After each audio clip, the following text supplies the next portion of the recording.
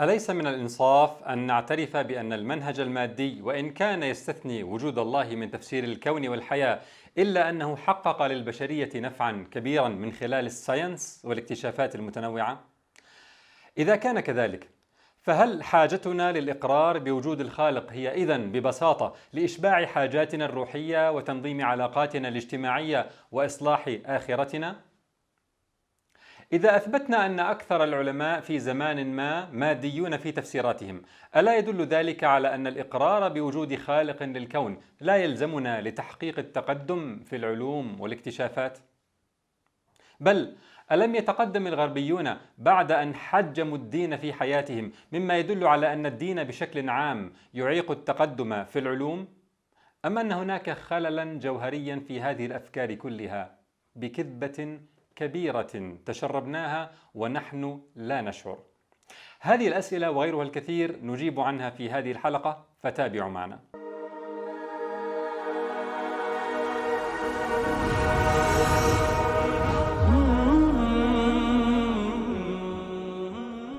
السلام عليكم. جالسون في أمان الله، فإذا بنا نسمع ضجيجا، توجهنا نحو مصدر الضجيج فرأينا هذا المشهد: ولد جميل اسمه ساينس، وجهه ملطخ بالسواد، يمسك به شخص مقنع يريد أن يهرب به ويدعي أنه أبو الولد، وشخص آخر يتهم المقنع بأنه اختطف الولد منه. استمعنا لكل منهما، أحسسنا أن صوت المقنع مألوف لدينا، لكننا لم نعرف بداية من هو. في هذه الحلقة نجري فحوصاتنا لتصحيح النسب، لنسلم الولد إلى أبيه الحقيقي ونسقط القناع عن المقنع ونتعرف على هويته. تعالوا نجري فحص DNA لنعرف الصادق من الكاذب. إذن هما مدعيان لأبوة الساينس. الأول اسمه المنهج المقر بالخالقية، المنهج الذي يعترف بأنه لا بد لهذا الكون والحياة من خالق يحتاج إليه كل شيء وهو غير محتاج إلى غيره. أخذنا عينة من منهج الخالقية فوجدنا المعرفة فيه معتمدة على 4 قواعد مثل القواعد النيتروجينية في المادة الوراثية. هذه القواعد هي الفطرة والعقل والخبر والحس. فمنهج الخالقية يفسر الكون والحياة تفسيرات تنبني على هذه القواعد ال4، وهذه التفسيرات تشمل فيما تشمله غيبيات دل تفاعل هذه القواعد على صحتها.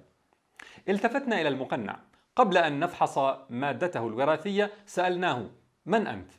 قال: أنا اسمي المنهج المادي ماتيرياليزم، ويطلقون علي أحيانا اسم المنهج الطبيعاني ناتشوراليزم. يعني ماذا مادي أو طبيعاني؟ قال: يعني أنا لا أعترف بغير المحسوسات في تفسير الكون والحياة، بل أرد كل شيء إلى المادة وأفسر الكون والحياة على أساسها دون غيرها. وبفضل ذلك استطعت أن أنجب ابني هذا الساينس، لذلك تستطيع أن تقول أنني أبو الساينس أو أمه، كما يقول ما براندا روي: المفهوم المادي عن منشأ وتطور الكون هو أم الساينس. لحظة، لا تعترف بالغيبيات؟ يعني أنت الإلحاد؟ قال: لا، إلحاد مين؟ أنا لا علاقة لي بالإلحاد، ولا علاقة لي بالصراع الدائري بين الدين والإلحاد، بل سأحاكم كل شيء بموضوعية. الإلحاد موقف عقدي مسبق، أما أنا فليس عندي مواقف مسبقة. لكنك قلت أنك تنطلق من عدم الاعتراف بالغيب، أليس هذا موقفا عقديا؟ قال لنا: لا، أنا استثنيت الغيب لأن هذا ما دلني عليه الساينس. الساينس أثبت لي أنه لا داعي للغيب. يا رجل، أنت قلت أنك أنجبت الساينس لما استثنيت الغيب من تفسير الكون والحياة، والآن تقول أنك استثنيت الغيب لأن هذا ما دلك عليه الساينس. يعني خلينا نفهم، الساينس هو مقدمة أم نتيجة؟ هو ناتج عن استثناء الغيبيات أم أنتج هذا الاستثناء؟ هو الأب وأنت الابن أم العكس؟ قال المقنع: بل أنا والساينس شيء واحد، كما في قناعة كثير من العلماء. يبدو أننا أمام ثالوث آخر، أنت الأب والساينس الابن، والعكس، وكلاكما شيء واحد. ألا تلاحظ أيها المقنع ارتباكك في تحديد علاقتك بالساينس؟ قال لنا المقنع: بإمكانك أن تقول أني والساينس أصولنا مشتركة، أدور مع الساينس حيث دار، وإذا الساينس دلني على شيء جديد فسأقبله مهما كان، كما في هذه الورقة الحديثة في 2018 بعنوان طبيعانية الساينس. ما عندكش أحكام مسبقة؟ قال: نعم. مستعد تغير بحسب ما يدلك عليه الساينس؟ قال نعم. متأكد؟ قال طبعا. ولذلك يسمونني scientific materialism، المادية العلمية التجريبية، فأنا والساينس شيء واحد. قال لنا المقنع ليظهر حياديته وتجرده: ليست مهمتي إنكار أو إثبات وجود إله، هذا الموضوع لا يعنيني، لأنه لا يسمح للساينس أن يأخذ هذا الموضوع بعين الاعتبار أصلا، كما قال الدكتور تود في مجلة نيتشر. المهم أني لا أقر بالخالقية، لا أقر بأنه لا بد من خالق خلق الكون والحياة قيوم على خلقه يدبر أمرهم، بل أنا سأعطيكم تفسيرا مستقلا للكون والحياة، كما رأينا في كلام الدكتور فرانكلين هارولد حين قال: دعوني أبين بشكل لا غموض فيه أنني مثل الغالبية العظمى من العلماء المعاصرين أرى العالم الحي منتجا بشكل حصري من أسباب طبيعية. قال المقنع: سأعطيكم تفسيرا مبرهنا كما لا يستطيع غيري، وذلك من خلال ولدي الساينس. وبعد ذلك إذا أردت أن تلجأ إلى الدين لإشباع حاجاتك النفسية وما تسميه الروحية فأنت حر، علما بأنني في طريق حل المشاكل بما فيها النفسية من خلال التحكم في بيوكيميائية الدماغ. ستعطينا أيها المقنع تفسيرا مستقلا لا يحتاج إلى وجود خالق؟ نعم، أكيد، طبعا. المقنع لم يكن يعلم أننا نسجل له هذه التصريحات والوعود. تذكروها جيدا إخواني، سنأتي عليها واحدة واحدة، مثل ما فعلنا مع منهج الخالقية حين أخذنا عينة فوجدناه يقوم على 4 قواعد. أخذنا عينة من المقنع فحصناها لنرى قدرته على الإنجاب، وتفاجأنا بما رأينا. أولا، استثناء الغيب أدى إلى استثناء الفطرة، عدم الاعتراف بها أو الطعن في موثوقيتها، لأن وجود فطرة موثوقة يعني وجود خالق كامل الصفات فطر الناس عليها، كما بينا في الحلقة 5، وهذا غيب لا يعترف المقنع به. وبهذا فقدنا في عينة المقنع، يعني المنهج المادي، العنصر الأول الموجود في منهج الخالقية، ألا وهو الفطرة. ثانيا، الفطرة هي الأساس للبديهيات العقلية، كالتسليم بأن لكل شيء حادث سببا. هذه البديهيات هي التي نبني منها عادة الدليل العقلي في مناقشاتنا حين ننطلق من بديهيات وصولا إلى استنتاجات عقلية. ما فيش فطرة، إذن ما فيش بديهيات عقلية كحق مطلق، وهذا يهدم الدليل العقلي. كذلك وكما رأينا مرارا، عندما حاولت المادية أن تسد فجوة الغيب الذي أنكرته، جاءت بخرافات مصادمة لأبسط البديهيات والمسلمات التي يتفق عليها العقلاء، فحاولت إقناع الناس أن العيب ليس في خرافاتها بل في عقولهم وما يعتبرونه هم بديهيات، كما فعل ريتشارد دوكنز ولورنس كراوس في جلستهما التي يبرران فيها فكرة نشوء الكون تلقائيا من لا شيء. يقول دوكنز: It does violate common sense. But as I said earlier this evening, you can't go by common sense. If we could do things by common sense, we wouldn't need physicists. إذن يقللون من شأن الكومون سنس، وهو مصطلح ليس له تعريف منضبط متفق عليه، لكنه يأتي في سياقات بمعنى المسلمات، ما يتفق عليه العقلاء. فيقول لك دوكنز عن نشأة الكون تلقائيا من لا شيء: هذا يعارض بالفعل الكومون سنس، لكن كما قلت سابقا لا يمكنك الاعتماد على الكومون سنس. لو كان بإمكانك فعل الأشياء بالكومون سنس لما احتجنا الفيزيائيين. نفس منطق البروفيسور ريتشارد ليونتون حين برر قبول الادعاءات العلمية المتعارضة مع الكومون سنس مهما بدت سخيفة، وحين قال إننا نحن مدفوعون بالتزامنا المسبق بالأسباب المادية إلى أن ننشئ منظومة استكشاف ومجموعة مفاهيم تنتج تفسيرات مادية مهما كانت هذه التفسيرات مصادمة للبديهة counter intuitive. هذا منطقهم إذن. المادية والساينس متلازمان، الساينس مقدس، الساينس يخالف البديهيات العقلية، كل ما خالف الساينس يجب أن يسقط، إذن فلتسقط البديهيات العقلية. أيضا حسب المنهج المادي المعتمد على التطور في تفسير نشأة الكائنات الحية، فإن العقل البشري تطور بمجموع الصدف العشوائية، فلا ضمانة أن يهتدي إلى الحق، وهو الأمر الذي عبر داروين عن انزعاجه منه حين قال: ينتابني دائما شك فظيع حول ما إذا كانت قناعات عقل الإنسان والذي بدوره تطور من عقول كائنات أدنى تتمتع بأية قيمة أو تستحق أدنى ثقة. وهو ما يؤكده دوكنز أيضا، إذ يقول: Well, common sense of course comes from what was necessary for our brains to survive.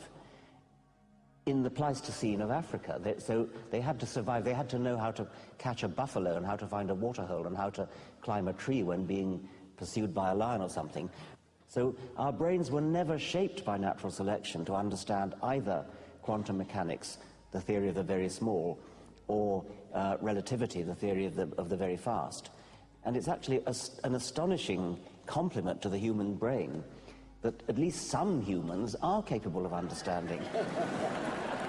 إذن يقول لك طبعا البداهة العقلية جاءت مما كان ضروريا لبقائنا في إفريقيا. كان عليهم أن يعيشوا، أن يعرفوا كيف يصطادون جواميس البفلو، كيف يجدون نبع ماء، كيف يتسلقون شجرة عندما يواجههم أسد أو ما شابه. وبالتالي فالانتخاب الطبيعي لم يشكل عقولنا أبدا لتفهم نظرية الكم أو النظرية النسبية، وإنه حقيقة لإنجاز مدهش للعقل البشري أن يكون بعض البشر على الأقل قادرين على الفهم.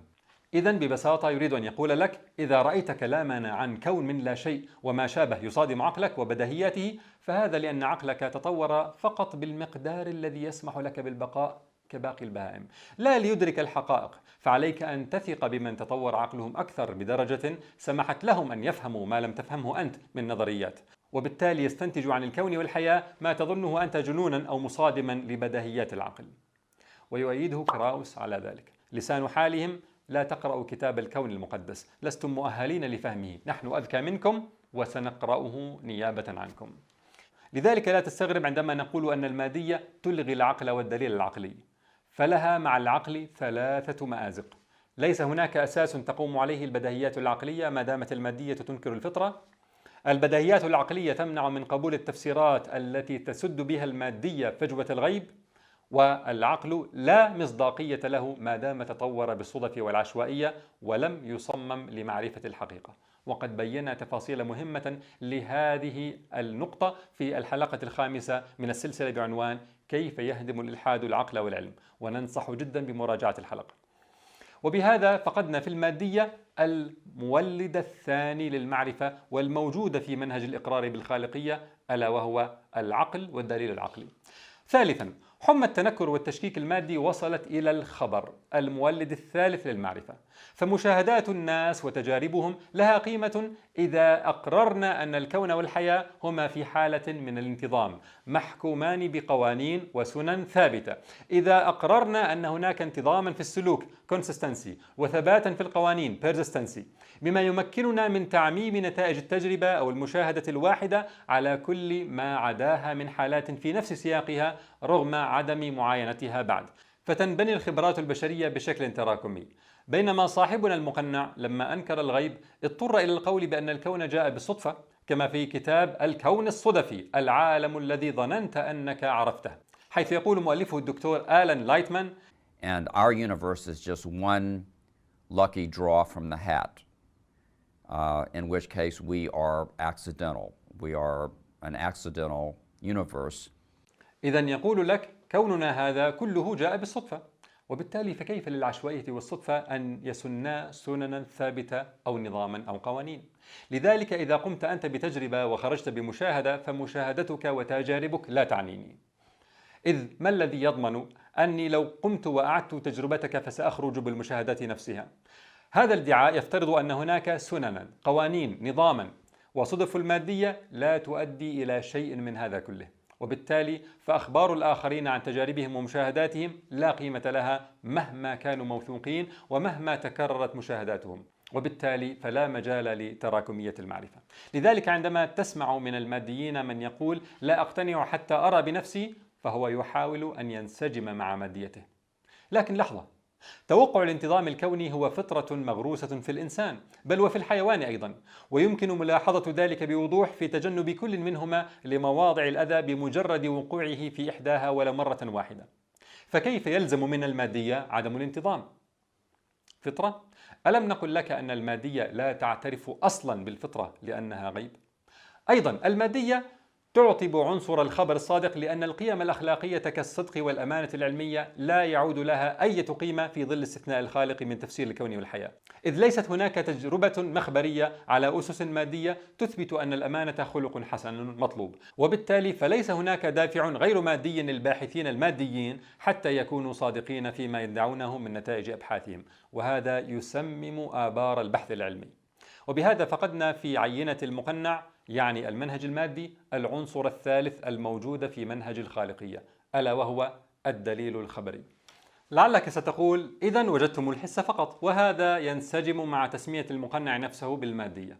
فأقول لك: الحس ليس مقصورا على الإحساس بالأشياء بل وبآثارها أيضا. كثير من علماء الفيزياء يقولون بأن ما نراه ونحسه من مادة وطاقة لا يشكل إلا 4% من مادة الكون، وأن 96% من الحقيقة الفيزيائية للكون مجهولة بمعنى الكلمة، ويسمونها المادة المظلمة والطاقة المظلمة. رأيتموها؟ لا. طيب لماذا تعتبرون القول بوجودها علما؟ قالوا: من آثارها. ما نراه من سلوك المحسوسات يحتم وجود هذه المادة، فالكون يتوسع بشكل متسارع، وهذا لا بد له من طاقة سميناها الطاقة المظلمة، كما في هذا المقطع للفيزيائي هاري كليف. But in 1998, astronomers made the stunning discovery that the expansion of the universe is actually speeding up. The universe is getting bigger and bigger, faster and faster, driven by a mysterious repulsive force called dark energy. Now, whenever you hear the word dark in physics, you should get very suspicious, because it probably means we don't know what we're talking about. إذن يقول لك: عندما تسمع كلمة مظلم في الفيزياء فعليك أن تشك كثيرا، لأنها قد تعني أننا لا ندري عن ماذا نتحدث. لا يدرون أي شيء عنها، ومع ذلك يؤمنون بها من آثارها، بغض النظر عن حقيقة وجود أو عدم وجود هذه المادة أو الطاقة. لكن ما يعنينا هنا أن الوسط العلمي يتقبل تماما الاقتناع بوجود شيء من آثاره، بينما صاحبنا المقنع لما انطلق من استثناء وجود خالق للكون مع أن كل شيء يدل عليه، فكأنه يقول لنا: الآثار غير معتبرة عندي، لا بد أن أرى الشيء بذاته، أن أحسه مباشرة. في المقابل، عندما جاء المقنع ليسد فجوة الغيب التي أحدثها، فصار يحدثنا عن كائنات فضائية بذرت الحياة على الأرض، وعن أكوان متعددة تفسر الضبط الدقيق وغير ذلك، فهو قد جاءنا بما لم يحسه أحد ولا له أثر، مخالفا بذلك قواعد وتعريف الحس السليم. فالمادية تخالف تعريف الحس الذي تعارفت عليه البشرية من أنه الإحساس بالشيء أو آثاره، وتأتي في المقابل بأوهام تصادم الحس. وبهذا فقدنا في عينة المقنع المولد الرابعة والأخيرة للمعرفة، والموجودة في منهج الخالقية، ألا وهو الدليل الحسي. وبهذا لم نجد في عينة المقنع أي مولد للمعرفة، بل وجدناه عقيما تماما، لا يمكنه أن ينجب هذا الولد الجميل الساينس، والذي يدعي هذا المقنع أبوته. إذن تم فحص كل من منهج الإقرار بالخالقية والمقنع. قبل أن نصدر حكمنا النهائي، تعالوا نأخذ عينة DNA من الولد الساينس ونرى أي ملامح المدعيين موجودة فيه. حتى الآن سميناه ساينس بالاسم الأجنبي اختصارا، لأن ترجمته ليست في كلمة واحدة، فهو العلم التجريبي الرصدي، وهذا العلم موجود قبل أن يصك مصطلح ساينس، وعند غير الأمة التي صكت هذا المصطلح كما سنرى. فسواء قلنا من الآن فصاعدا ساينس أو علم تجريبي، فنحن نتحدث عن الشيء نفسه. أخذنا عينة من الساينس وسألنا أنفسنا: ما هو الساينس؟ المجلس العلمي البريطاني وبعد عام من العمل على صياغة تعريف خرج لنا بتعريف قال عنه أنه قد يكون أول تعريف رسمي للساينس ينشر في التاريخ. ما هو هذا التعريف؟ قالوا: الساينس هو متابعة المعرفة والفهم للعالم الطبيعي والاجتماعي من خلال اتباع منهجية منتظمة مستندة إلى الدليل. المعرفة، الفهم، الدليل، كلها مفاهيم معتمدة على العقل، والعقل لا موثوقية له حسب الأسس المادية. عالم الأحياء البريطاني توماس هاكسلي، والذي كان يطلق عليه اسم داروينز بولدوغ، يعني كلب البلدوغ بتاع داروين، لشدة حماسته وتبعيته لداروين. كيف عرف الساينس؟ قال: الساينس هو ببساطة الكومون سنس بأفضل أشكالها، بمعنى أنه دقيق بشكل حازم في المشاهدة وعديم الرحمة مع المغالطة في المنطق. الكومون سنس، والتي رأينا كيف انتهى بهم الأمر إلى إسقاطها. أما المغالطات المنطقية فقد رأينا كيف أن خرافة التطور المادية هي أفضل مثال على خرافة تجمع كل أشكال المغالطات المنطقية، علما بأننا لم ننتهي بعد من القائمة والتي وصلنا فيها المغالطة 13. العلم التجريبي يقوم بصياغة فرضيات وتأسيس قوانين ونظريات كما قال دومينيك لوكورت في فلسفة العلوم. نظريات. ما هو تعريف النظرية العلمية؟ تعالوا نرى تعريفها لدى الأكاديمية الوطنية الأمريكية للعلوم. في الساينس، النظرية هي تفسير مدعم بالدليل لجانب من العالم الطبيعي، والذي يدمج ما بين الحقائق والقوانين والاستنتاجات والفرضيات المختبرة. وقفات سريعة مع التعريف. النظرية هي تفسير مدعم بالدليل، لا بد هنا من إعمال العقل لمعرفة أنه دليل، لجانب من العالم الطبيعي، والذي يدمج ما بين الحقائق. وقد بينا في حلقة كيف يهدم الإلحاد العقل والعلم أنه لا حقيقة مطلقة إلا بالاعتراف بوجود خالق، وأن إنكاره يؤدي إلى القول بنسبية الحقيقة وعدم وجود حقيقة مطلقة. والقوانين، والتي تفترض حالة انتظام وسننا كونية ثابتة لا توجدها العشوائية والصدفية. والاستنتاجات، والتي تحتاج إعمال العقل كما تحتاج دلالة الأثر المحسوس على ما ليس بمحسوس. والفرضيات المختبرة، والتي نعلم نتائجها بالدليل الخبري من الباحثين الذين اختبروها. تعريف مشحون بالفطرة والعقل والخبر والحس بتعريفه الشامل لأثر غير المحسوسات. حتى لا يبقى كلامنا نظريا إخواني، تعالوا نتناول نموذجا من نماذج العلم التجريبي، وأثناء استعراضه نتأمل في وجه هذا الولد، هل نجد فيه ملامح المنهج المقر بالخالقية أم المنهج المادي؟ عام 2007 بدأت مع زملاء في الأردن رحلة بحثية في مجال التئام الجروح. كانت بدايتها دراسة التركيب الجزيئي لمادتين. لكن لحظة، هل رأينا نحن أو غيرنا التركيب الجزيئي لهاتين المادتين بأعيننا؟ لا، وإنما يتم استنتاج التركيب الجزيئي لمادة ما من خلال آثارها المحسوسة، حتى لو لم تحس هي نفسها، وذلك من خلال فحوصات الكيمياء التحليلية والعضوية. طيب، أشارت أبحاث عديدة إلى قدرة هاتين المادتين على المساعدة في التئام الجروح، ولضعف الأبحاث المنشورة عن أحدهما تحققنا من هذه الخاصية بأنفسنا وفق منهجية صارمة في نموذج حيواني، ونشرنا نتائجنا في مجلة علمية عالمية. لاحظنا بتفاعل الحس والعقل وجود جزء مشترك بين المركبين، فاستنتجنا بعقولنا أن هذا الجزء قد يكون هو السبب في المساعدة على التئام الجروح، لأننا نؤمن بمبدأ السببية الفطري، أن الخالق جعل لكل حادث سببا. استنتجنا بعقولنا أن المركبات الأخرى المحتوية على هذا الجزء المشترك سيكون لبعضها هي الأخرى خاصية المساعدة في التئام الجروح. قد تكون في بعضها خصائص أخرى تعمل على تعطيل أو إضعاف هذه الخاصية، صحيح، لكن وجود هذا الجزء يجعل هذه المركبات أحرى بالتجربة. استخدمنا برنامجا لتحديد الشكل ثلاثي الأبعاد للمركبات، أدخلنا عليه حوالي 40 مركبا دوائيا، فرتبها بحسب قربها من الجزء المشترك الذي لاحظناه في المركبين الأولين، وبدأنا بتجريب المركبات بحسب أولويتها على جروح أحدثناها في الحيوانات. الفحوصات الكيميائية والمجهرية والميكانيكية التي استخدمناها في ذلك كله، ما الذي أدرانا بفائدتها؟ تجارب من قبلنا.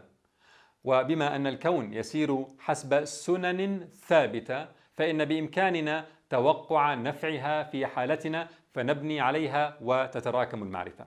وبعد رحلة طويلة أثبتنا أن 2 من هذه المركبات يساعدان بالفعل على تحسين نوعية الجروح الملتئمة، ونشرنا هذه النتائج في مجلة أمريكية، وحصلنا على براءتي اختراع فيهما. لكن لحظة، لماذا تنشر المجلات نتائج تجارب كهذه؟ ماذا تعني هذه النتائج لسائر البشرية؟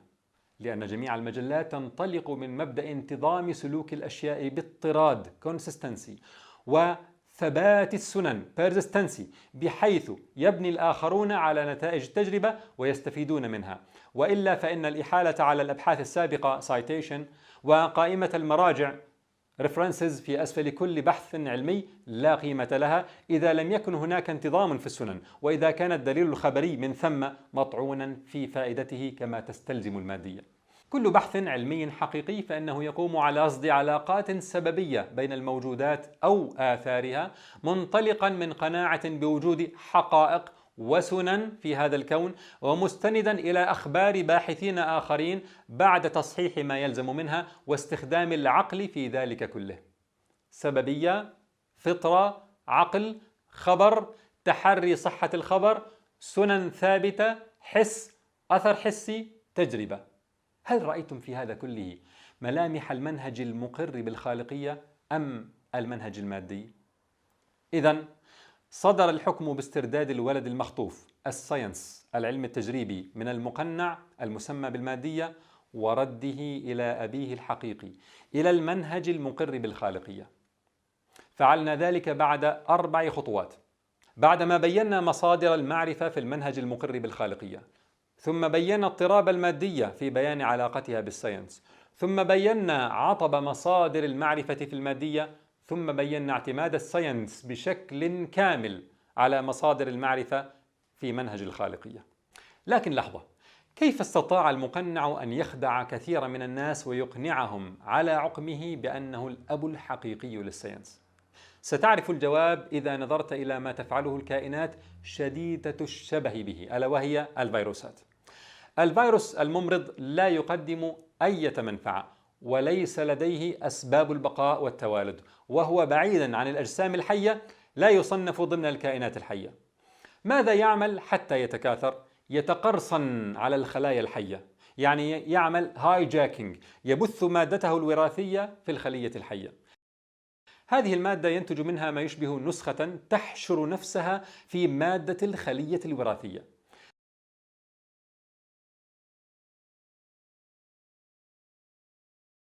تأتي قارئات المادة الوراثية فتنخدع بالنسخة الفيروسية وتقرأها كما تقرأ مادة الخلية الوراثية،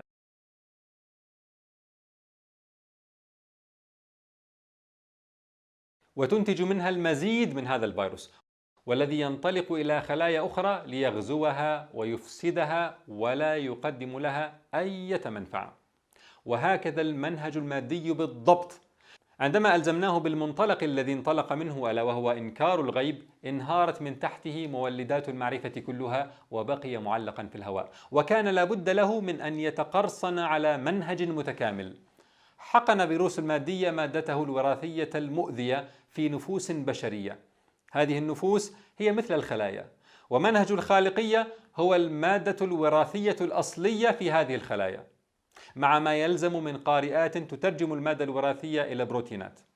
النفوس مزودة بمنهج الخالقية بفطرتها، لديها هذا الإقرار الفطري ابتداء بطبيعتها الخلقية. فيروس المادية حشر مادته الوراثية بطريقة مراوغة في هذه النفوس. جاءت القارئات فقرأت المادة الوراثية المحتوية على مولدات المعرفة في هذه النفوس، ومعها مادة الفيروس، فيروس المادية، فخرج الناتج مختلطا بين بروتينات نافعة ونسخ جديدة ضارة من الفيروس. حين نظر السذج من الناس لهذا المصاب بفيروس المادية فرأوه ينتج علما نافعا، ظنوه من نتاج الفيروس، خاصة وأن علمه هذا مختلط بالهذيان المادي، اختلاط نتاج الفيروسات بنتاج المادة الوراثية الأصلية في الخلية. بينما عند التحقيق ستجد أنه ما من خير أنتجه المصاب بفيروس المادية إلا بفضل منهج الخالقية الموجود أصالة في نفسه، بينما شره وفساده هو من فيروس المادية. أية نظرية أو اكتشاف له فائدة فيستحيل أن يكون مبنيا على المادية، بل ما كان له فائدة فهو مبني على مخالفة المادية بالتطبيق العملي، يعني على السرقة من منهج الإقرار بالخالقية. ليس طريقة علمية أن تأتي لي بأسماء علماء ماديين فأرد عليك بأسماء العلماء المسلمين بل وغير المسلمين ممن آمن بالخالقية، مثل بيكون وغاليليو وكيبلر ونيوتن وماكسويل وماكس بلانك. بل البحث الصحيح هو أن نبحث عن مولدات العلم النافع، سواء في الشخص المادي أو المقر بالخالقية. هات لي بحثا واحدا نافعا انطلق من القناعة بعشوائية الكون وعدم وجود سنن فيه. هات لي اكتشافا يعود الفضل فيه للتنكر للمبادئ الفطرية والبديهيات العقلية. قد تقول نعم، الغربيون تقدموا لما تحرروا من الدين، فأقول لك أي دين؟ هم تحرروا من غيبيات باطلة معارضة للعقل والفطرة ومنقولة بالخبر غير الصادق. تحرروا من الحجر على العقل بالباطل، تحرروا من طريقة إله الفجوات التي كانت تستخدمها الكنيسة. هذا التحرر ساعدهم بالفعل، لكنهم انطلقوا بعد تحررهم هذا من مسلمات فطرية ومقدمات عقلية هي من منهج الخالقية، حتى لو تنكروا له بألسنتهم، وبنوا على إنجازات من قبلهم من علماء القرون الذين سلموا من فيروس المادية. الأشخاص يا إخواني أوعية تختلط فيها مدخلات كثيرة ويخرج منتج، وقد تتناقض هذه المدخلات فيما بينها. قد تجد شخصا يعلن ماديته ومع ذلك فكل ممارساته في الاستكشاف العلمي معارضة للمادية وللوازم المادية من إسقاط الفطرة والعقل. قد يكون إنسانا نشيطا في الرصد والتجريب، فهل إذا كان المخرج النهائي اكتشافا أو إنجازا يعزى هذا الإنجاز إلى المادية التي يدعيها بلسانه ويتنكر لها بسلوكه العلمي؟ تصور لو أن باحثا خرج علينا ببحث يقول: بعد استقصاء لأشهر علماء الأحياء وجدت أن أكثرهم يكذبون في حياتهم اليومية، وهذا يدل على أن الكذب يؤدي إلى النجاح والتميز العلمي. هل هذا منطق علمي أم مسخرة؟ فقط عند عرابي المادية تصبح المسخرة علما، حيث استغفال الناس واغتيال إدراكهم ليفكروا بسطحية ساذجة. فنحن لا نقول أن العلم التجريبي نتاج علماء مقرين بالخالقية، ولا يعنينا رصد نسبة المقرين من المنكرين، ولكننا نقول أن العلم النافع في أي عالم هو نتاج التزامه في بحثه بمولدات المعرفة في منهج الإقرار بالخالقية، سواء اعترف بهذا الالتزام أم أنكره، لاحظه أم لم يلاحظه. تصور لو أن الساذج الذي يقول أكثر علماء ماديون، مما يدل على أن المادية هي سبب التقدم في الساينس. تصور لو أنه عاش في تلك القرون حيث كان المسلمون قادة الساينس بينما أوروبا تغرق في الجهل والتخلف. ماذا كان صاحبنا سيقول؟ ماذا كان سيقول لو أنه قرأ تفنيد روبرت بريفولت في كتابه صناعة الإنسانية لادعاء أن بيكون هو من وضع أسس العلم التجريبي؟ يقول بريفولت إن روجرز بيكون درس اللغة العربية والعلم العربي في مدرسة أكسفورد على يد خلفاء معلمي العرب المسلمين في إسبانيا، وليس لروجر بيكون ولا لسميه الذي جاء بعده الحق في أن ينسب إليهما الفضل في ابتكار المنهج التجريبي، فلم يكن روجر بيكون إلا رسولا من رسل العلم التجريبي والمنهجية لدى المسلمين إلى أوروبا المسيحية. نحن في هذه الحلقة لم يكن عملنا نسبة الساينس إلى الأشخاص، بل إلى منهج الخالقية الموجود أصالة في نفوس هؤلاء الأشخاص، وإن أثر فيروس المادية عليهم حتى أنطقهم بالهذيان. قد تقول لي: لماذا تجمع لي شواذ الأقوال من كلام ليونتن ودوكنز وكراوس وأمثالهم؟ أنتم كمؤمنين عندكم أقوال شاذة لشيوخكم وبإمكاني أن أجمعها لكم. فأقول لك: هذه الأقوال التي نحشدها للماديين هي النتاج الطبيعي لماديتهم، فهي ليست شذوذا عن ماديتهم بل تجسيد له، بينما ما ستحشده لي من أقوال بعض المنتسبين للمنهج الإيماني هو شذوذ عن هذا المنهج فيمثلهم ولا يمثل المنهج. كذلك إذا قال لنا أحد العلماء الماديين: أنا لا أنكر البديهيات العقلية ولا أشك في موثوقية العقل، فإنا نقول له: جميل، لكن اعترف بأن هذا تناقض مع قواعدك المادية التي تؤدي حتما إلى إنكار هذا كله. عرفنا إذن كيف استطاع المقنع أن يوهم الناس بأن العلم التجريبي هو ولده. تقرصن كالفيروس، وحتى يزيد التمويه لطخ وجه الولد وسوده بالشحبار ليخفي معالمه وملامحه الحقيقية، فيصدق الناس دعوى الأبوة المفترى. لذلك تراهم يكثرون من استخدام عبارات تخلط حقائق الساينس بتخريفات المادية كأنهما شيء واحد. فتجد في هذه الورقة مثلا تجدهم يذكرون ضمن افتراضات العلم التجريبي الغربي أن الكون تشكل بالصدفة من أصغر إلى أكبر تركيب فيه من خلال قوانين طبيعية قابلة للاكتشاف. جملة ينقض آخرها أولها. فالتشكل بالصدفة هو هذيان المادية، بينما القوانين القابلة للاكتشاف هي من العلم التجريبي وليد المنهج المقر بالخالقية الذي يؤمن بالسننية والثبات. لذلك كله إخواني، فالمنهج المادي ليس إلا كذبة كبرى، وما كنت أقول عنه منهج حتى الآن إلا تنزلا، وإلا فهو ليس منهجا ولا له كيان مستقل، وإنما الوصف الدقيق له هو فيروس المادية.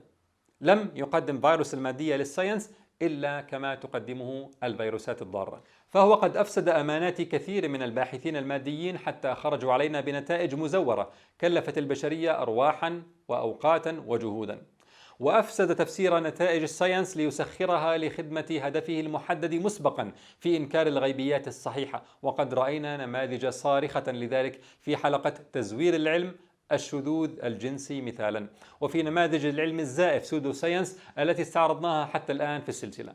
ثم سخر فيروس المادية جانبا من الساينس للدمار والعدوان، ولم يسلم من فيروس المادية ولا حتى الحس، إذ لم يحرم حراما ولم يحل حلالا، فتعاطى الناس المسكرات والمخدرات والمهلوسات فرأوا وسمعوا أوهاما وخيالات. فلا سلم في ظل المادية دين ولا فطرة ولا عقل ولا خبر ولا حس ولا تجريب، ولا سلم منهج متناسق يتعاملون به مع الوجود، وانفرط عليهم عقد كل شيء. عد بعد ذلك كله إلى الآية العظيمة ليتشربها قلبك كلمة كلمة: ولا تطع من أغفلنا قلبه عن ذكرنا واتبع هواه وكان أمره فرطا. إذن فكل دعاوى صاحبنا المقنع كانت كذبا، فلا هو أنتج الساينس ولا الساينس أنتجه ودل عليه، ولا هما شيء واحد ولا أصولهما مشتركة، لا هو من الساينس في شيء ولا الساينس منه في شيء، ولا بإمكانه أن يفسر الكون والحياة تفسيرا مستقلا عن أي منهج آخر كما ادعى لنا في البداية. وبإمكانك أخي أن تقوم بهذه التجربة بنفسك. اسأل أي مادي عن طبيعة العلاقة بين المادية والعلم التجريبي، وانظر الكذب أو التخبط، وكيف أن هؤلاء يفشلون في التفريق بين فيروس المادية الذي أصابهم والمادة الوراثية لمنهج الخالقية المركوزة في نفوسهم. بعد أن فصلنا العلم التجريبي عن المادية، بعد أن استرددنا الولد الجميل من خاطفه المقنع، بقي علينا أن نزيح القناع عن المقنع. أنت أيها المقنع ادعيت أنك انطلقت من إنكار الغيب، ما بالنا نراك إذن وصلت إلى غيبيات مفترضة غبية تسد بها فجوة الغيب الحقيقي؟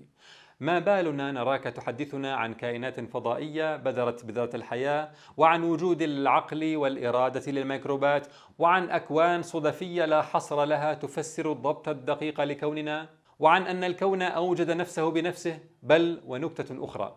But because it's the beginning doesn't imply a God.